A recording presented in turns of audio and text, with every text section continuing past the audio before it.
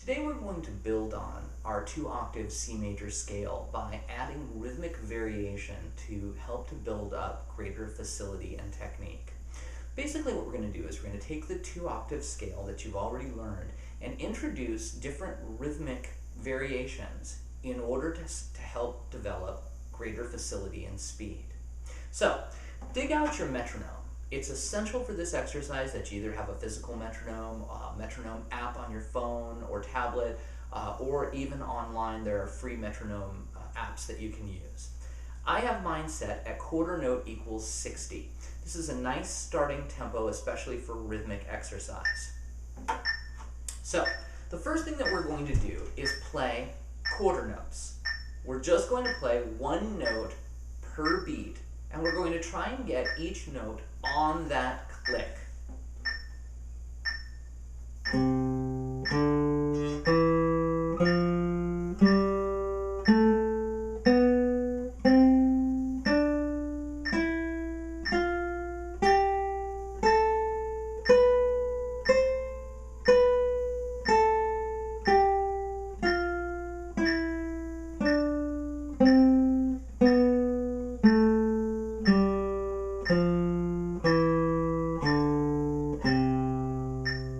As part of this exercise, you might want to tap your foot, you might want to feel that beat as you're playing so that you can anticipate when to strike the string and articulate each note.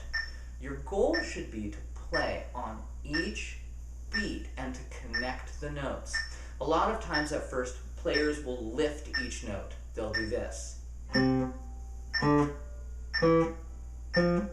We want to make sure that we have legato, flowing, smooth texture to our scale. So we want to connect from one note to the next. So as you practice, focus on connecting each note and not lifting early in the left hand.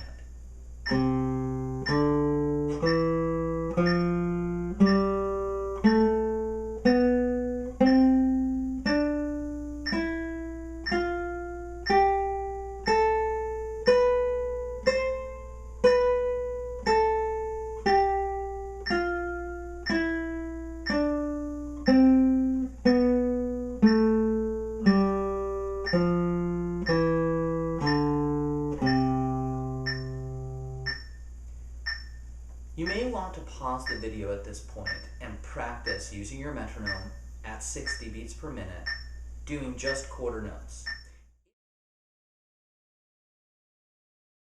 Let's take it to the next step. The next step is to play eighth notes. Now we know that 2 eighth notes equal a quarter note. So we're going to subdivide each of these clicks and play 2 notes per beat. We can practice counting those by counting our beat and beat and beat and beat and beat and. All we're going to do is play that rhythm. Remember to alternate your right hand fingers. It is going to be faster, so practice starting. A good suggestion is to hear that beat and before you start to play.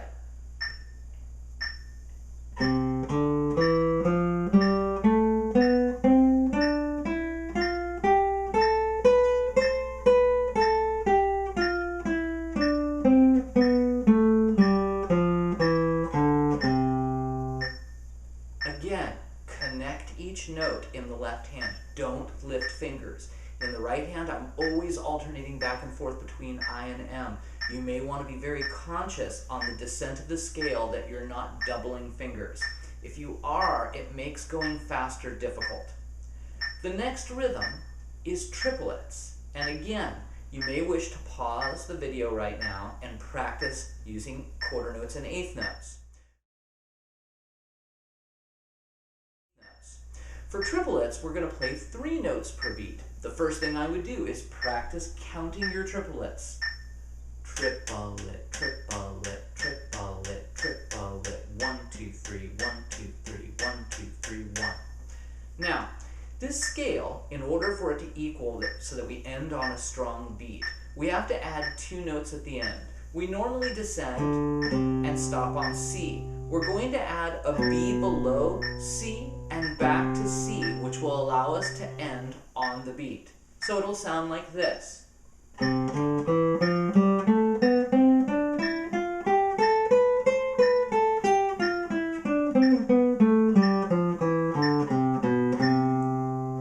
we end up back on the beat. You'll notice that the shift, that shift, either ascending, 1, 3, 1, 3, or descending, becomes more and more difficult as we go faster. You have less time to make the physical shift. Focus on that, making sure that the shift is very legato, very flowing and smooth. The last rhythm, and again, you may wish to pause the video now and work on your triplets. 16th notes. 4 16th notes per quarter note beat. So I would practice counting it. 1 and a 1 and a 1.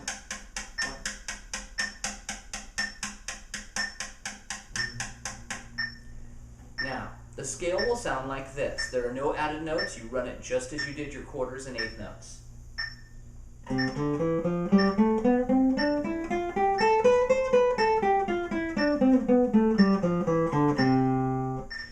So, this is at quarter note equals 60. Your first challenge is to work through all 4 rhythms at this speed. Once you feel comfortable with this, you can start bumping the speed up.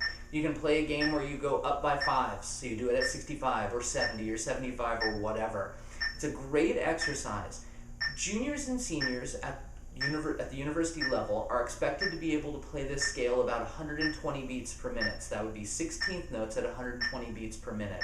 Concert artists play considerably faster than that. So this is a great technique to challenge you to get better.